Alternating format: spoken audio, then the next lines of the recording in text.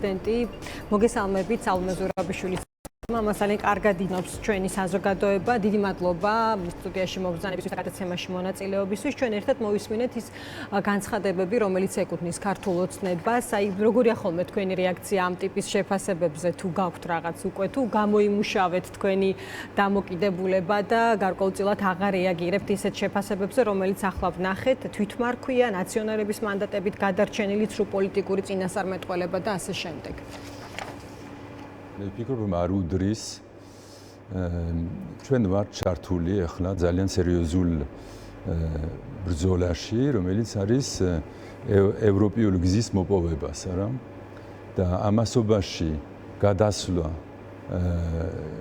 ისეთ პარტიულ გზავნილებზე, გონი ამის დრო არ არის. დრო არის ანალიზი, რომ ძალიან კარგად და დეტალურად წავიკითხოთ რა წერია რეკომენდაციებში. როგორ რა სიტყვებით არის მოყვანილი ეს ყველაფერი, მსჯელობა ამაზე, გეგმის შედგენა ყველა მხრივ, არა მარტო უმრავლესობის მხრივ, მაგრამ ოპოზიციურ პარტიების მხრივ, რომ მივიღოთ რაც არის სასურველი ქართული ხალხისთვის. და ძალიან მარტივად გეტყვით, რომ რაღაცა უცნაური რამეები ისმის, რომ გადავდივართ რაღაცა პატარა ბრძოლაში, რომელიც არის პარტიული ბრძოლები. ჩვენ შეჩეული ვართ საფრანგეთში, რომ ეს არ არის პოლიტიკური მიდგომა, ეს არის ქართული საქმის გაკეთება. და ქართული საქმე არ კეთდება პატარა პარტიულ ბრძოლებში. ვინ არის ამ პატარა პარტიული ბრძოლებით დაკავებული? ხელისუფლებას გულისხმობთ, რომელიც შესაძლოა საარჩევნო მიზნებს დაუკავშიროს ეს წარმატება ქვეყნის და ამ მიმართულებით წაიყვანოს პროცესი? დიახ. ეს შესაძლებელია, როგორ ფიქრობთ? აი, კაპიტალიზაცია ოცნების მხრიდან ამ გადაწყვეტილებას. კარგად ხედავთ, რა არის მათი რეაქცია ამაზე. ყველა არის მიზანს იყენებს, რომ წავიდეს არჩევნებისკენ და ყველა ფიქრობს 24 წელზე. მაგრამ მარტო ფიქრი, რომ მე მინდა შევაგრობო ხმები, სამყოფი არ არის. საჭირო არის, რომ გზა იყოს ნაჩვენები, რა არის მიმართულები და გავცეთ პასუხი, სათანადო პასუხი ევროპის კითხვებზე, არა? ევროპის შენიშვნებზე თუ გინდა უფრო წავიდეთ.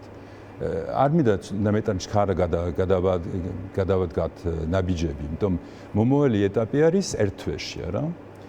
დღეს ვნახეთ რა არის ნახეთ ძალიან ზედაპირულად ვნახეთ, იმიტომ საჭირო არის 120 გვერდი არის რეკომენდაციებში, საჭირო არის რომ შევიდეთ დეტალურად და ვნახოთ როგორ უნდა გავცეთ ამაზე პასუხი. როგორ უნდა ყველა გავცეთ ამაზე პასუხი, არა მარტო უმრავლესობა, არამედ ყოველი პარტიები და რაც მთავარი არის, იმიტომ მათი უმრავლესი და ყველაზე უფრო დიდი წილი არის ქართველების წილი შეტანილი ამაში. შესავალში რეკომენდაციებში ძალიან ნათლად არის ნაწერი, რომ არის მთავარი ძალა არის ქართველების ძალა და ქართველების ძალის ხმებით გაკეთდა ეს ყველაფერი. პირველი ეტაპი თუ გავიარეთ, ეს არის ის ნიშნები და ის ფოტოებით, რომელიც იყო ნაჩვენები ჯერ ერთი რუსული კანონის დროს, როცა იყო გამოსვლები, მერე შემდეგ, როცა იყო ევროპის მიმართ გამოსვლები და მხარდაჭერა და დიდი როლი ითამაშა. თქვენ რას ფიქრობთ, რომ ევროპაში რომ დაინახეს ევროპის დროშა გაფრიალებული და ქალი, რომელიც მარტო მიდის იერიშში ფაქტიურად და მიეცა ესა ევროპის ქვეყნებს დიდი შაბეჭდილება, რომ არის ხალხი იბრძვის ამისთვის და ეს ნათელი არის შინაარსში. კი ბატონო.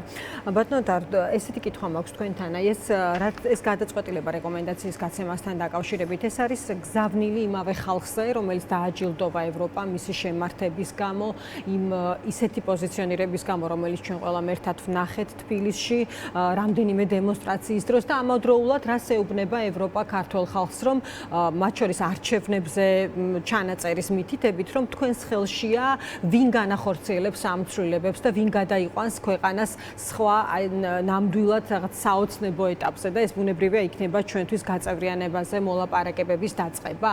ეს არის არჩევანის მიცემა ხალხზე, რომელმაც თავად უნდა გადაწყვიტოს რა უნდა დარჩეს 10 წლეულების განმავლობაში სტატუსის პირობებში თუ გადავიდეს გაწევრიანების მოლაპარაკების ეტაპზე. ჩვენ ყველა ვარიანტი გვინახავს ევროპის ისტორიაში, ხო? ვფიქრობ, რომ საჭირო არის რომ იყოს ხალხის ჩართულობა ამაში. არ ვიცი ჯერ როგორ შეიძლება გაკეთდეს ესა, მაგრამ ვფიქრობ, რომ შეიძლება იყოს ერთი ძალიან შეიძლება იყოს ჭკვიანური აზრი, რომ იყოს განაწილება. 12 პუნქტი არის, თქვათ რომ 3 არის თითქმის შესრულებული ან შესრულებული, დარჩა 9 პუნქტი შესასრულებელი. შეიძლება განაწილდეს ესა. შეიძლება გავიგოთ რა არის ქართული ხალხის სურვილი ამაში და საჭირო იქნება მართი ჩართულობა.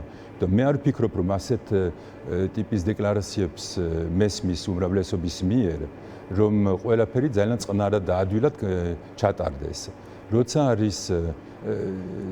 როცა ხედავთ რა არის ხაზგასმით ნათქვამი რეკომენდაციებში.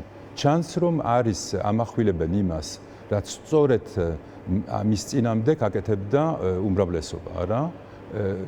ყურადღება მიტანილი არის რაზე? მიტანილი არის იმაზე, რომ უნდა დავიცვათ კანონი, უნდა გავამჯობესოთ ჩვენი იურიდიული სისტემა მთლიანად და სწორედ ამ დროს გზავნილი რომელი არის? გზავნილი არის იმპიჩმენტით და ესა საკონსტიტუციო სიტყვა მაგალითად საკონსტიტუციო სასამართლოს მადლობა სასამართლოს მიერ. ეს არის ერთ-ერთი ისა მაგარი გზავნილი, იმაში ამბობენ, რომ ვენეციის კომისიამ რამე თქვა და დასკვნა არის, რომელიც ეხება მეორე მხრივ უზენაესად საბჭოს, რომ ფიქრობენ, რომ ჯერ არ არის როგორც უნდა იყოს. და ბევრი რამე ასეთი არის. მთავარი საკითხები არის ჩვენი პოზიცია, მთავრობის პოზიცია რუსეთის მიმართ, რა. როცა გვესმის და კიდე რამოდენიმე დღე არის, როცა იყო ჩვენი მოქალაქე მოკლული კერბალში, რა მოვისმინეთ? ძალიან რბილი დეკლარაციები, რას ნიშნავს ესა? რატო თავს ვიკავებთ ამაში? სიტყვებში მაინც, არა? შეიძლება სხვანაირად უფრო მარტივად ვთქვათ, რაც ვფიქრობთ, რომ ეს არის მიუღებელი, არა მარტო ხალხი, როცა ხალხი ამას ამბობს, მაგრამ არამედ პოლიტიკური პირებია, რა. ეს არის ამოდენიმე მაგალითი, კიდე ბევრი არის მაგალითები. ხაზგასმით ამბობენ, რომ საჭირო არის ეს ყველაფერი არის მიმართული ერთ მიზანის შესასრულებლად, ისა რომ მომავალი არჩევნები ნატურალურად და კარგად ჩატარდეს, რა. კარგად ჩატარება რას ნიშნავს? რომ იყოს ყველაფერი დაცული, დემოკრატია დაცული, თანასწორობა დაცული და არ იყოს, როგორ ვთქვათ, ფულის და ხმის ყიდვა შეყვანილი ამაში, რომ ყოველი ხმა არის თანასწორი მეორე ხმის და ყველას უნდა ქონდეს შესაძლებლობა, რომ მიცეს ხმა ბოლომდე ამაში. ეს მთავარი ის არის, ესე იგი პირველი ნაბიჯი არის ჩვენთვის ერთ თვეში, რომ იყოს მოვისმინოთ რა იქნება პოლიტიკური გადაწყვეტილება ევროპის მიერ. მე ძალიან მჯერა, რომ იქნება პოზიტიური და მერე მოდის ერთი წელი, რომელიც უნდა ერთდროულად გადავდგათ ნათელი ნაბიჯები ევროპისკენ და რაც თითქმის იგივე არის, რომ წესიერი ნაბიჯები გადავდგათ არჩევნების მხრივ. ბატონოთარ, ძალიან მოკლედ მაღალია თამასა ამ არჩევნებთან დაკავშირებით, რომელზეც თქვენ საუბრობთ და მოლოდინი, აი იგივე რასაც ამბობს საქართველოს პრეზიდენტი, რომ 2024 წლის არჩევნები ძალიან მნიშვნელოვანია საქართველოში, რადგან ამ არჩევნებზე საქართველოს ევროპული მომავალი გადაწყდება. თავად პრეზიდენტის როლი გასაგებია რაც არის, ის კონსტიტუციით არის განსაზღვრული, ყველამ ძალიან კარგად იცის, მაგრამ თქვენ ბუნებრივია გეცოდინებათ ის აი ბოლო პერიოდში ჩვენ ვნახეთ არაერთი პოლიტიკოსის შეფასება, რომ აი სად შეიძლება იყოს პრეზიდენტი უფრო ეფექტური აი ამ პროცესში, ხო? თუ ესეთი მაღალია არჩევნების მნიშვნელობა და აქ იქ ნახავთ ჩვენ ევროპული ბედის გადაწყვეტას, მაშინ გამოდის, რომ ყველამ თავისი მაქსიმუმი უნდა დადოს და იყო ხოლმე იქ არაერთი კომენტარი მინახავს ალბათ თქვენს, რომ აი ხომ არ ვნახავთ ჩვენ ზურაბიშვილს უშუალოდ ფაქტორს ამ არჩევნებზე, რა როლით იქნება ის უფრო ეფექტური ამ თვალსაზრისით. აი ამაზე როგორია თქვენი ხედვა? პირველი ისა მე ვფიქრობ ახლა თვითონ პირადად ალბათ კითხავთ და იქნება სხვა ინტერვიუები, მაგრამ ვფიქრობ რომ მისი როლი არის ძალიან დიდი არის უკვე დაწყებული ამ პერიოდიდან, იმიტომ ერთ თვეში რაღაცა გადაწყდება, რომელიც არის მაღლა პოლიტიკური გადაწყვეტილება და არ უნდა 27 ხმარის მისაღები, არ უნდა გამორჩეს ერთი, არა? და მე ძალიან მჯერა, იმიტომ ვიცი მისი პოლიტიკური კი არა, წარსული საერთაშორისო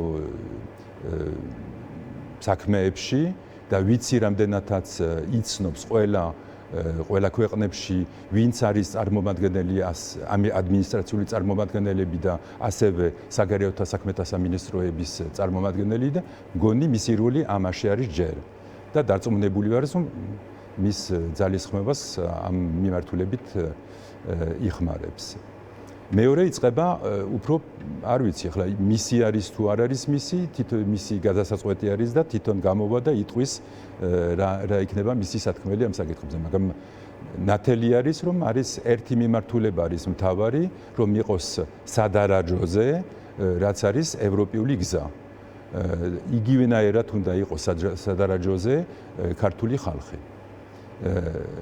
და მე ვფიქრობ რომ მთავარი ის არის რომ იყოს როცა ამბობს რომ მრავალპარტიული პარლამენტი იქნება, ალბათ იქნება, აღარ იქნება ერთი მე ვფიქრობ ახლა თვითონ არ მითხრა მისი ანალიზი, მაგრამ მე ვფიქრობ რომ 24 წელში ვეღარ იქნება ერთი პარტია. იძულებული ვიქნებით ვისწავლოთ ჩვენთვის ალბათ ძალიან ძნელია რომ ერთად მოვისმინოთ ჩვენ მეორე პარტიას, რომელიც წინამდე არის სხვა პარტიების ხმა უნდა გავიგონოთ და ერთად რაღაცა უნდა გავაკეთოთ საერთო პროგრამა მაინც რომ ოღონდ იყოს ევროპაზე, რომ მივიდეთ ბოლო მიზანზე. ბატონო თარა რა შემაყურებელს ვეტყვი ერთი ინფორმაციის შესახებ ჩვენ ყვებით ამ 2 დღის განმავლობაში რომ საქართველოს პრემიერ-მინისტრი ისევე როგორც პრეზიდენტი იმყოფებიან პარიზში, იქ იმართება მშვიდობის ფორუმი, ამ ფორუმს ესწრება საქართველოს ხელისუფლების ორი წარმომადგენელი, როგორც თქვი, ზალმე ზურაბიშვილი და ირაკლი ღარიბაშვილი. პრეზიდენტის ადმინისტრაციის მიერ გავრცელებული ინფორმაციის მიხედვით პრეზიდენტი ევროპული საბჭოს პრეზიდენტთან მიშელთან და შვეიცარიის კონფედერაციის პრეზიდენტ ალან ბერსესთან ერთად მონაწილეობას მიიღებს პანელის მუშაობაში, რომელიც კონფლიქტების და კრიზისების საკითხებს განიხილავს. ასევე ერთ-ერთ პანელზე იქნება საქართველოს პრემიერ-მინისტრიც, ჩვენ ჯერჯერობით არ ვიცით ინფორმაცია მათ შესაძლო კვეთასთან დაკავშირებით, ეს მოხდა ან მოხდება თუ არა, ამ თვალსაზრისით გავრცელებული რაიმე ინფორმაცია ჯერჯერობით რომელიმე ადმინისტრაციის მიერ არ გვინახავს. საქართველოს დროით დაახლოებით 7:30-ზე იგეგმება ამ პანელის დაწყება, სადაც საქართველოს პრეზიდენტის გამოსვლასაც ვნახავთ. ბატონო თარ, თქვენ ახსენეთ არაერთხელ ოპოზიცია და ცხადია, როდესაც საუბრობ პრეზიდენტის როლზე აი მთელ სამ პროცესში და ასეა დაყენებული საკითხი და ეს ასეც უნდა იყოს, რომ 2024 წელს ჩვენ უნდა ვნახოთ მნიშვნელოვანი გადაწყვეტილებები ჩვენი ქვეყნის ევროინტეგრაციის გზაზე წარმატების თვალსაზრისით პირველ რიგში. აი რა შეუძლია პრეზიდენტს, როგორ შეუძლია დაეხმაროს ამ პროცესს ოპოზიციის აი გაჯანსაღების თვალსაზრისით. აი ამ საკითხზე როგორია თქვენი ხედვა? ხშირად ხედავთ პრეზიდენტს არაერთი ინიციატივით, ის ხშირად ცალ-ცალკე ერთობლივად ხვდება ოპოზიციურ ჯგუფებს, მაგრამ ფაქტია რომ კიდევ უფრო მეტად არის საჭირო რაღაცა რწმენის გაღვივება მოსახლეობაში, რომ თუ თქვა მოსახლეობის გარკვეულ ნაწილს არ უნდა ოცნება, არიან ის ძალები, რომელზეც მათ შეუძლიათ არჩევანის შეჩერება. ხომ აი ამ რწმენის გაღვივება არის საჭირო. აი აქ რა შეიძლება იყოს პრეზიდენტის როლი? გონი არის საჭირო რომ იყოს რაც შეიძლება მეტი ჩვენი საზოგადოების შეხვედრები ყველა საზოგადოების ყველა ნაწილების აღარ არის მარტო პარტიებზე საუბარი, არის საუბარი ყველა არასამთავრობო ორგანიზაციებზე და იყოს კრებები, რომელიც არიან ძალიან ნათლად მიმართული თავარ პუნქტებზე, რეკომენდაციებზე და რომ იყოს რაღაცა აზრები გამოთქმული, მუშაობა დაწყებული და იყოს ამ შედეგი ამისი, შეიძლება იყოს. ფრანგები კი ძალიან კარგი მაგალითი არის, სწორედ მაკრონმა ეს გააკეთა. ესე იგი დიდი ყრილობები, სადაც გამოდის. თქვენ საუბრის პარალელურად კიდევ ერთხელ მინდა ვთხოვო პროდიუსერს ვაჩვენოთ ეს ფოტოები, თქვენ ახსენეთ მაკრონი, საქართველოს პრეზიდენტი, ემანუელ მაკრონთან და მის მეუღლესთან ერთად, აი რამდენიმე წუთის წინ გავრცელდა ეს ფოტოები, სადაც ასახულია საქართველოს პრეზიდენტის და ემანუელ მაკრონის შეხვედრა, საფრანგეთის პრეზიდენტი, რამდენიმე ფოტო არის გავრცელებული პარიზიდან, სადაც როგორც ცნობილია, სალომე ზურაბიშვილი მონაწილეობს პარიზის მშვიდობის ფორუმში. დიახ, გისმენთ. ძალიან საინტერესო ფოტოები არის, მაჩვენებელი იმის, რა არის საქართველოს და საფრანგეთის ურთიერთობები და გარკვეულად რა არის პრეზიდენტის და მაკრონის ურთიერთობები. ეს ძალიან ბევრს ნიშნავს, არ არის ოფიციალური ვიზიტი, მაგრამ ეს ფოტო ძალიან კარგად აჩვენებს რა არის მაკრონის მიზანი. ესე იგი ცდილობს რომ აურიდოს პრეზიდენტს ის რაც არის გზავნილები ხელისუფლების მიერ, როგორც მოვისმინეთ იყოს პაპუაშვილის მიერ ან სხვების ძალიან მკაცრი განცხადებები და რომელიც არის ისევე მიმართული იმ მიმართულებით, რომელიც იყო იმპიჩმენტის. ესე იგი ადამიანები არიციან, პარტიამ აღარ იცის, როგორ შეუძლია გააჩეროს ესა. ესე იგი უბრუნდება მუდმივად იმას შეურაცხყოფა და არასწორი გაგზინები. ეს ეტაპი დამთავრდა მთლიანად. ეხლა უნდა გადავიდეთ მომავალ ეტაპზე, არა? ესე იგი საჭირო არის რომ ყველამ ცოტა ერთი ტონი დაბლა აიღოს და ცოტა მეტი აზროვნება და ვიდრე გამოთქვა და გზავნილები. კი ბატონო, მეკითხეთ ასევე და მე გაგაწყვეტინეთ რის გამოც გიხდით ბოდიშს, მაგრამ საინტერესო ფოტოები შევთავაზეთ მაყურებელს ოპოზიციასთან დაკავშირებით პრეზიდენტის როლზე. აი ძალიან ხშირად საუბრობთ, აი სხვადასხვა დღეს იყო გავრცელებული Edison Research-ის მიერ ჩატარებული კვლევის შედეგები, სადაც ჩანს საზოგადოების განწყობა, რომ მაგალითად 60% ამბობს, რომ ქვეყანა არასწორი მიმართულებით ვითარდება, 35-37%-ს თუ არ ვშտები უწერს ქართულ ოცნებას, 60-ზე მეტ პროცენტს ოპოზიციას. ამ შემთხვევაში ჩანს, რომ შესაძლოა არის საზოგადოებაში ნამდვილად ცვლილების მოთხოვნა, ეს გამარჯვება სადღაც დევს მაგიტაზე, უთქვია ეს უთქვამს რამდენიმე პოლიტიკოს, მათ შორის ჩვენს ეთერში, მაგრამ აუცილებელია მისი აღება. ვინ უნდა გააკეთო ეს თუ არა ოპოზიციამ და აი სწორედ ამ ჭრილში გეკითხებით, აი პრეზიდენტს რა შეუძლია გააკეთოს ამ თვალსაზრისით, აი რა ტიპის სამუშაო არის ჩასატარებელი ოპოზიციურ ველზე, მათ შორის როგორ შეუძლია ამ პროცესს წაეხმაროს საქართველოს პრეზიდენტი.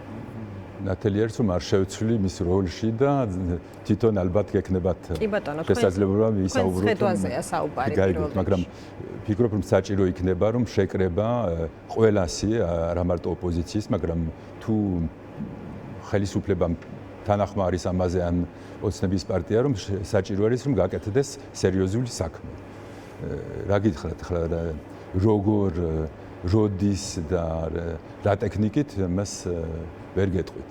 სხვათა შორის არაერთხელ მოვისმენეთ ასევე რომ შეიძლება რომელიმე ჯგუფთან რაღაც გარკვეულწილად ვნახოთ უფრო მეტად საქართველოს პრეზიდენტის αφილაცია და დაკავშირება, რომ თქვენ იცით რომ ოცნებამ არაერთხელ დაასახელა მას შორის რამდენიმე პოლიტიკური ჯგუფი, რომელსაც დაუკავშირა საქართველოს პრეზიდენტის მომავალი საქმიანობა. ამაზე როგორია თქვენი რეაქცია?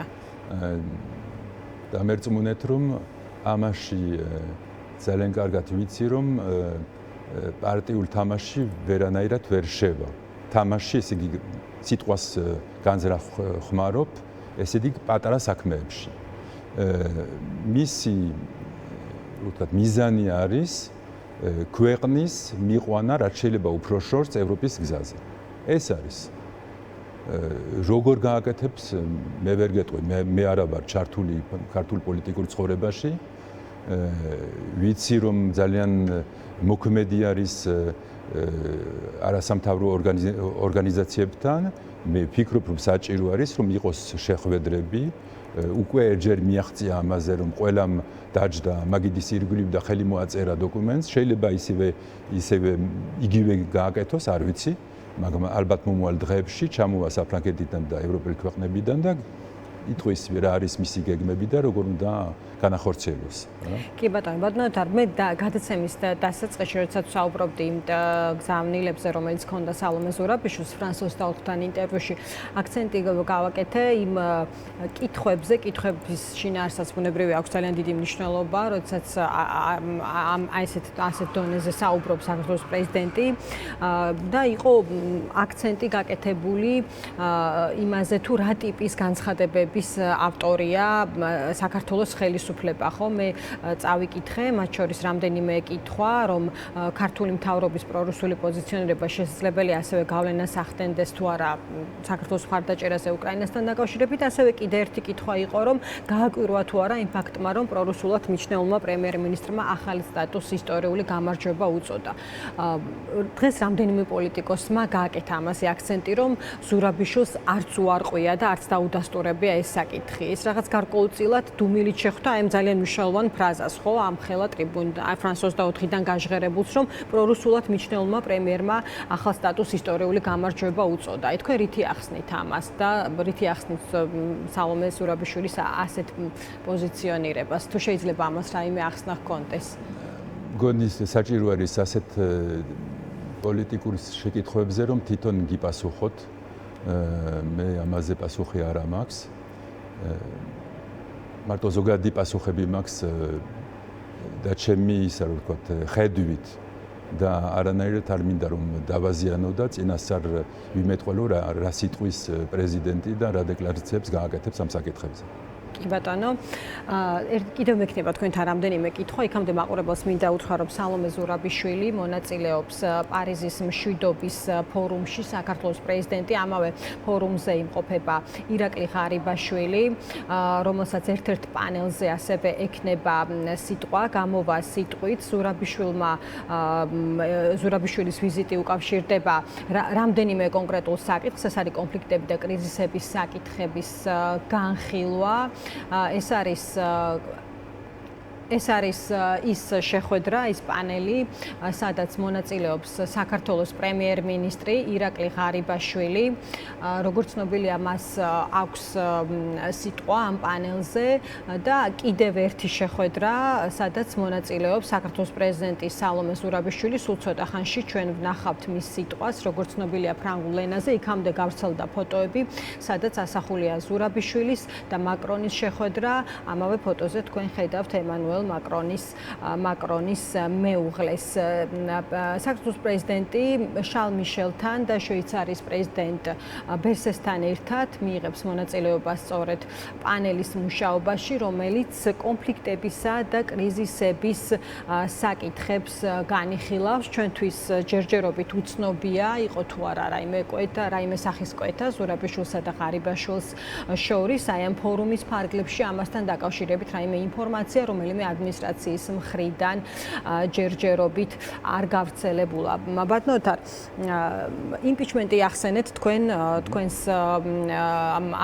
არაერთ პასუხში და აი ეს ვიზიტი თუნდაც რომელიც ხორციელდება.